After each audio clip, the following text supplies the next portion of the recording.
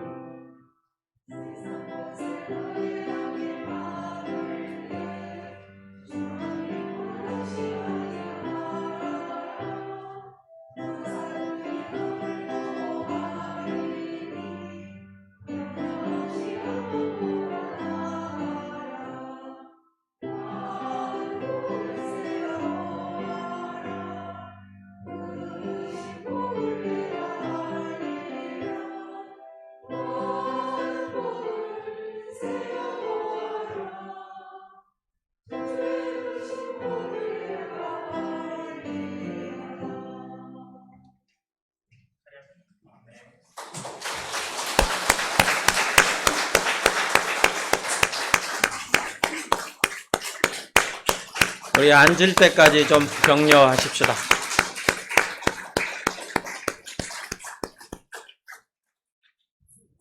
여러분, 우리 교우들이 뒷꼭지가 예쁜 거 아세요? 이 팬데믹 시대 예배당에 나와서 예배드리고 또 특송을 이렇게 해주는 모습을 뒤에서 보면 뒷꼭지도 예쁩니다. 다시 한번 우리 권찰들을 위해서 격려의 박수를 하십시다.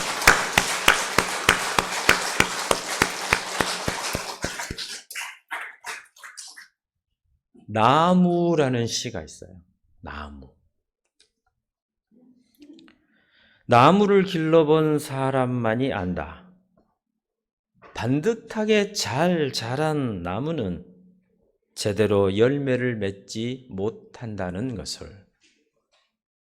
너무 잘나고 큰 나무는 재칠해하느라 오히려 좋은 열매를 갖지 못한다는 것을.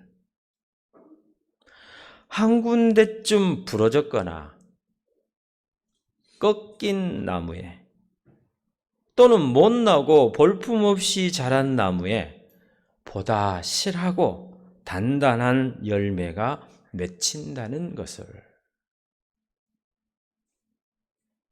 저는 이 시를 보면서 이 한 번쯤, 한 군데쯤 부러지거나 가지를 친 나무, 또는 못나고 볼품없이 자란 나무에 실하고 단단한 열매가 맺힌다라는 이 부분에 공감하고 아멘, 아멘 이렇게 합니다. 나무가 부러졌을 때 얼마나 힘들겠습니까? 그렇지만 그 부러짐으로 인하여서 그 나무는 그 상처를 치유하기 위해서 몸부림을 합니다. 그리고 그 부러진 곳에서 또 다른 가지가 나게 됩니다. 자동차를 운전하다 보면은 골목길을 지나게 됩니다. 갑자기 차가 붕 뜰 때가 있습니다. 그리고 앞바퀴부터 범버부터 쿵 하고 찌을 때가 있습니다. 성질이 확 나요. 아니, 누가 여기에다가 이런 것을 만들어가지고 차를 이렇게 망가뜨리지? 방지턱입니다. 골목길이나 사고 위험이 있는 곳에는 반드시 이 방지턱이 있습니다. 방지턱이 차를 상하게 할 수도 있고 운전자를 하여금 화나게 만들 수 있지만 그 방지턱으로 인하여서 큰 사고를 예방할 수 있습니다. 우리 삶의 장애물, 우리에게 느껴지는 시련, 방지턱과 같은 그런 어려움이 우리를 지킬 수 있습니다. 시련은 하나님이 우리를 위하여서 인도해 가시는 방법입니다. 오늘 말씀에 보면 너희에게 오는 불시험을 당하는 것을 이상하게 생각하지 말라라고 베드로 사도가 말하고 있습니다. 초대교회는 로마 황제들로부터 불시험을 당했습니다. 전혀 로마 화제와는 상관이 없는 죄를 더 씌워졌습니다. 그래서 많은 사람들이 화형을 당하고 맹수의 밥이 되었습니다.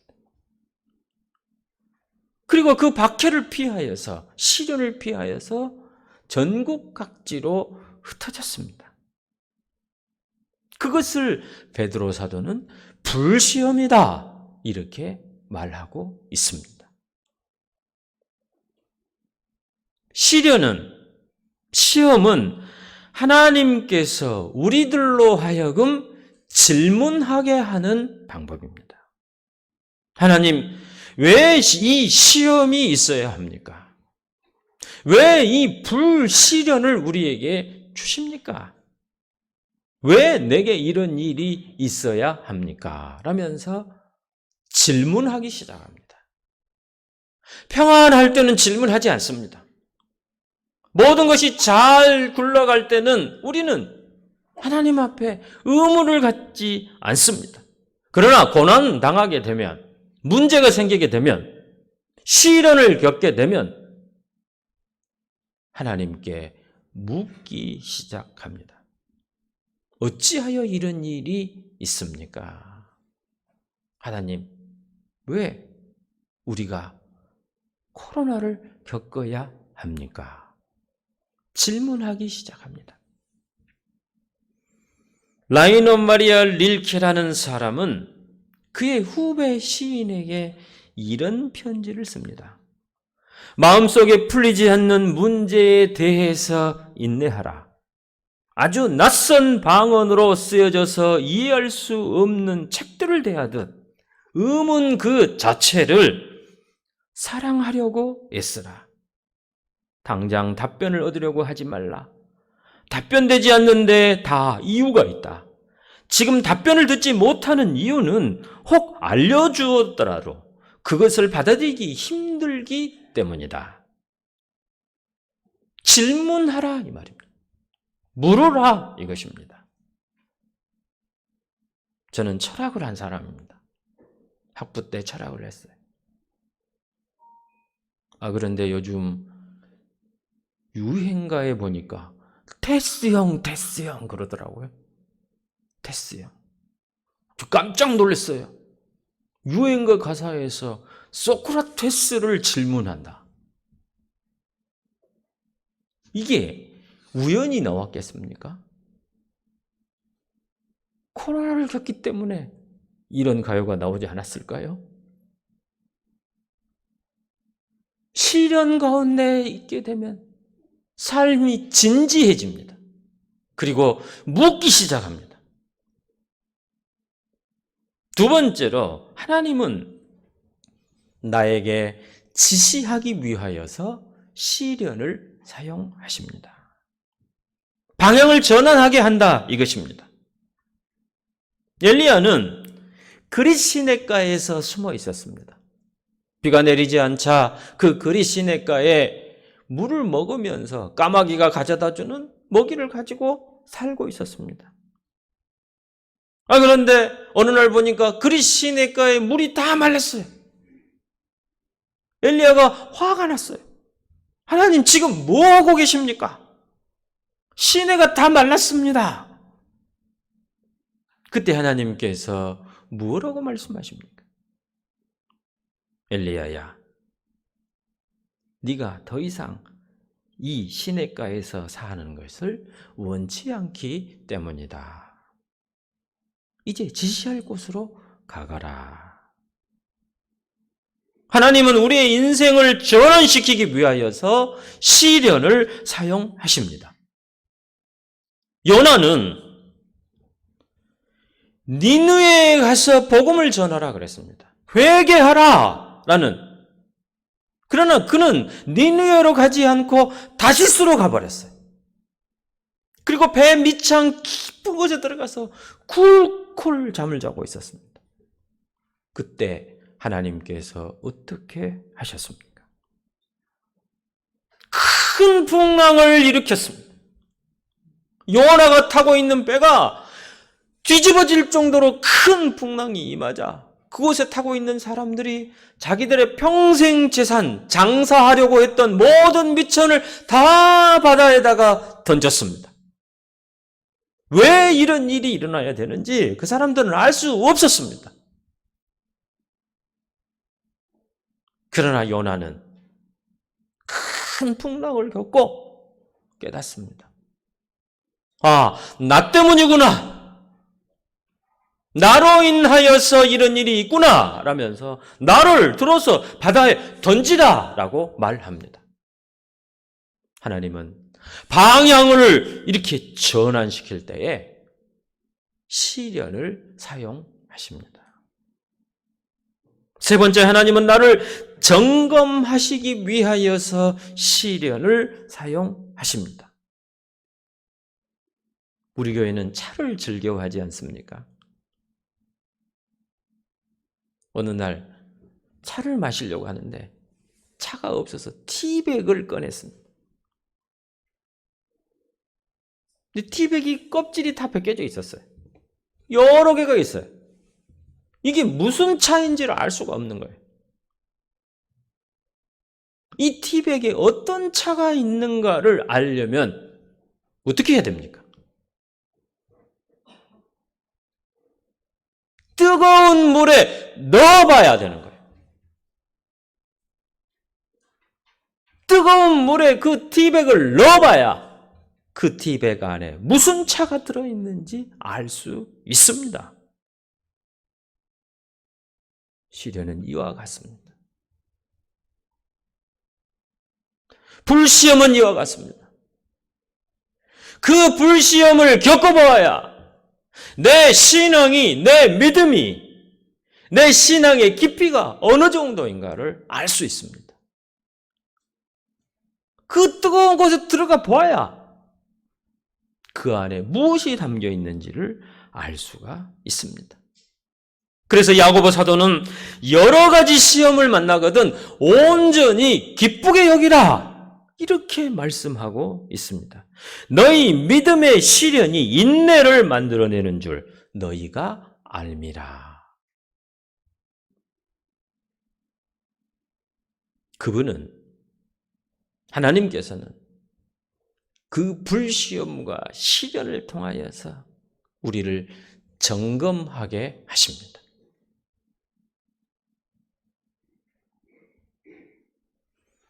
네 번째로, 시련은 내 삶에 무엇인가를 깨뜨리기 위하여서 임하게 됩니다.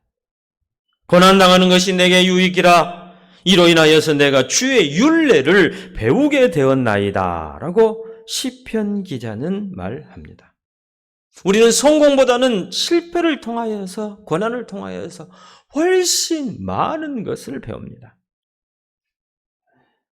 코로나가 힘들지만 이 코로나로 인하여서 우리의 신앙은 더 깊어질 것입니다. 이것으로 인하여서 우리는 더 순수해질 것입니다. 어린아이들이 뜨거운 것을 구별을 잘 못합니다. 엄마가 아무리 아뜨 그러면서 만지지 말라고 해도 아이는 그것을 막 만지려고 합니다. 그런데 이 아이가 손끝을 가지고 뜨거운 것을 딱 손대 보았을 때에 그것이 얼마나 뜨거운가를 경험하게 되면 그 다음부터는 절대 그것을 만지지 않지 않습니까? 삶의 원리도 그와 같지 않겠습니까? 하나님께서 우리에게 무엇인가를 가르쳐 주시고 인도하시고 점검하시기 위하여서는 이런 불시험과 시련들을 사용하십니다. 우리는 어떤 것을 잃어버리고 나서야 그것의 가치를 압니다. 물질이 다 없어져 버리고 나서야 비로소 돈의 가치를 압니다. 부모님이 돌아가신 후에야 얼마나 소중한 분이었다는 것을 깨닫게 됩니다. 건강을 잃고 나서야 건강의 소중함을 알지 않습니까? 왜 그렇습니까? 우리는 목이 곧은 족속이고 고집이 우리 안에 있기 때문에 그렇습니다. 히브리서 12장에 보면 너희가 참음은 징계를 받기 위함이라. 하나님이 아들과 같이 너희를 대우하시나니 어찌 아비가 징계하지 않는 아들이 있으리요. 징계를 통하여서 우리가 배움을 얻게 되는 것입니다. 우리는 징계가 임하고 시련이 임했을 때 자꾸 이렇게 말합니다. 하나님, 하필이면 왜 나를? Why me? 라고 말합니다. Why me? Why me가 아닙니다. Me too입니다. 나 역시. 그리고 나 혼자 겪는 것이 결코 아닙니다. 많은 사람들이 함께 그 일을 겪고 있습니다. 내게 닥친 시련 앞에 우리는 어떻게 반응해야 되겠습니까? 하나님, 이 문제를 통하여서 내가 무엇을 배우기를 원하십니까? 이렇게 물어야 합니다. 하나님은 어떤 문제를 통하여서 우리에게 가르치시려고 하는 것이 있습니다. 알려주시려고 하는 것이 있습니다. 그것을 깊이 있게 깨닫고 그것을 찾는 것이 구도자의 자세요. 신앙인의 자세입니다. 다섯 번째로, 하나님은 우리를 보호하시기 위하여서 시련을 사용하십니다. 사고로 인하여서 몸이 불편하게 된 어느 교우가 있었습니다. 제가 불편해 하시는 그분을 찾아가서 물었습니다. 집사님, 사고로 인하여서 이렇게 불편하게 되셨지요. 어찌할까요? 그랬더니 그분이 그런 이야기를 하시는 거예요. 목사님, 제가 만약에 몸이 성하기만 했다면 이 몸 가지고 죄 짓는 자리 찾아다녔을 겁니다. 아니, 찾아다녔어요. 그러나 사고로 인하여서 내 몸이 불편해지니까 오히려 하나님을 더 가까이 하게 되었습니다. 저는 오히려 이 불편한 몸을 하나님 앞에 감사하고 있습니다. 이렇게 고백하시는 거예요. 그런 말이 있어요. 마귀도 병들면 착해진다. 시련을 겪어내면 사람은 묻게 되고 그 일로 인하여서 오히려 영적인 유익을 누리게 됩니다. 그래서 하나님은 우리를 보호하시기 위하여서 시련을 사용하시기도 합니다. 때때로 하나님의 큰 시련이 우리를 보호해 줍니다. 요셉이라는 인물이 있습니다. 요셉은 10명의 형이 있었어요.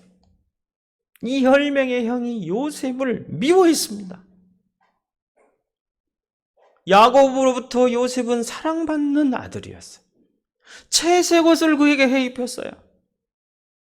그런데 어느 날 이 요셉이 구덩이에 던져집니다. 죽어라고 거기를 밀어버린 거예요.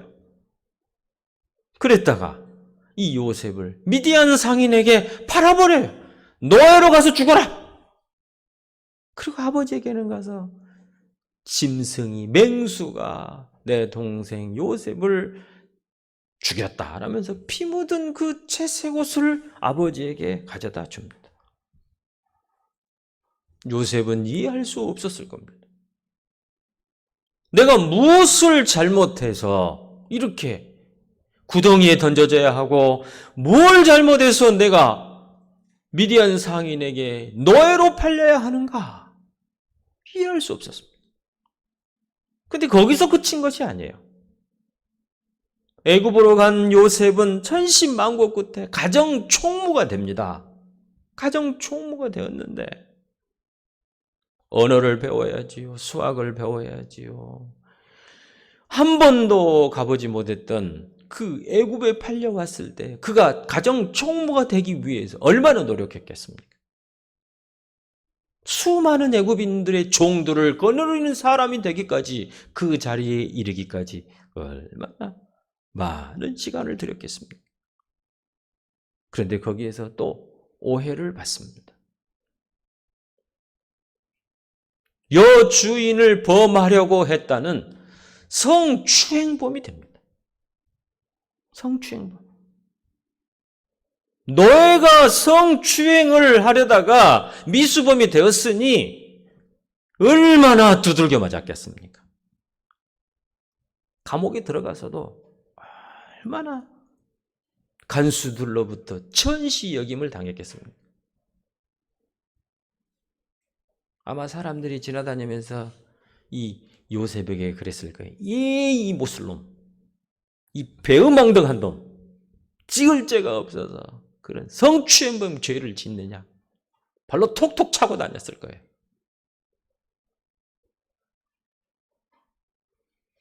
요셉은 떨어지되 바닥을 뚫고 들어갈 정도로 지옥에 떨어지는 그런 경험을 하게 됩니다. 왜 그런 일이 요셉에게 있어야 했습니까? 요셉이 갇혔던 그 감옥이 바로 정치범들이 같이 갇혀있는 감옥이었습니다. 나중에 요셉은 그 감옥에서 일어서서 애굽의 총리 대신이 됩니다. 그리고 세월이 지난 다음에 양식을 구하러 온 자기 아버지와 형제들을 만나면서 그는 이런 고백을 합니다. 내가 왜 구덩이에 던져졌으며 내가 왜 노예로 팔려왔으며 왜 내가 성추행범이 되었는가? 그 의미를 오랜 세월이 지난 다음에 알게 됩니다. 예굽의 총리 대신이 되어서 기근을 대비하게 됩니다. 그래서 고대 근동 지역에 있는 많은 사람들이 기근을 해결하기 위해서 애굽을 찾아왔을 때 자기의 형제들이 찾아오는 것을 봅니다. 그래서 그는 자신이 당한 이 시련을 이렇게 고백합니다. 당신들은 나를 해하려 하였으나 하나님은 그것을 선으로 바꾸사 오늘과 같이 만민의 생명을 구원하게 하려 하셨습니다. 하나님이 나를 먼저 애굽에 보내셨습니다. 이렇게 그의 시련을 해석합니다. 여섯 번째로 하나님은 우리를 온전하고 성숙시키기 위하여서 시련을 주십니다. 아름다운 다이아몬드가 있어요. 처음부터 다이아몬드가 아름답지 않습니다. 원석은 많은 잡스러운 것들이 끼어 있어요. 그런데 그 다이아몬드를 영롱한 다이아몬드로 값있는 보석으로 만들기 위하여서는 세공업자의 망치와 세공업자의 조각칼이 필요합니다. 필요 없는 부분들을 때려서 제거합니다. 불필요한 것들을 없이 한 후에야 보석처럼 빛날 수 있습니다. 우리 인생의 조각칼과 망치가 무엇이겠습니까? 시련입니다. 불시험입니다. 이 시련을 통하여서 우리는 다이아몬드처럼 빛나게 될 것입니다. 시련은 어떤 분은 젓갈의 숙성과 같다라고 말하는 작가가 있습니다. 젓갈을 처음 담았을 때 어떻습니까? 얼마나 비린내가 나잖아요. 비린내가 진동을 합니다. 사람들이 코를 이렇게 잡으면서 외면합니다. 그러나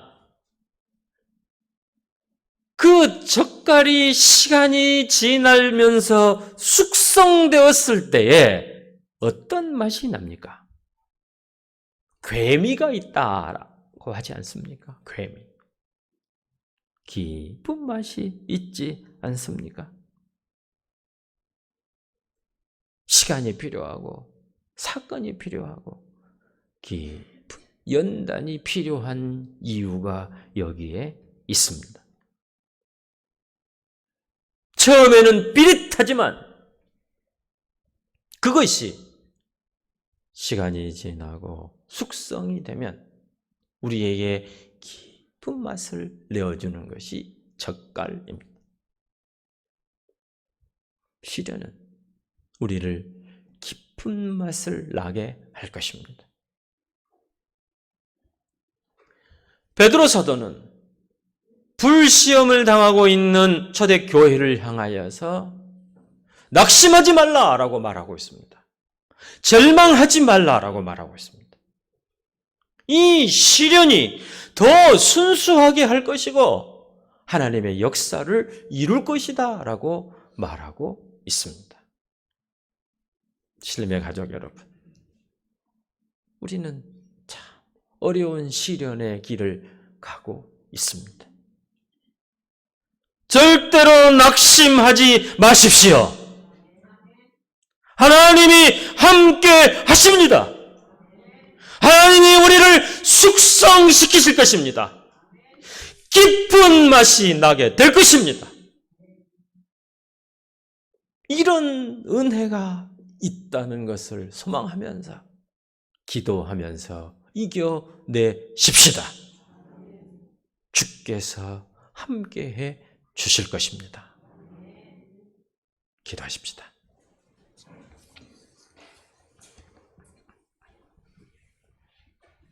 아버지 하나님, 어려운 시기를 보내고 있습니다.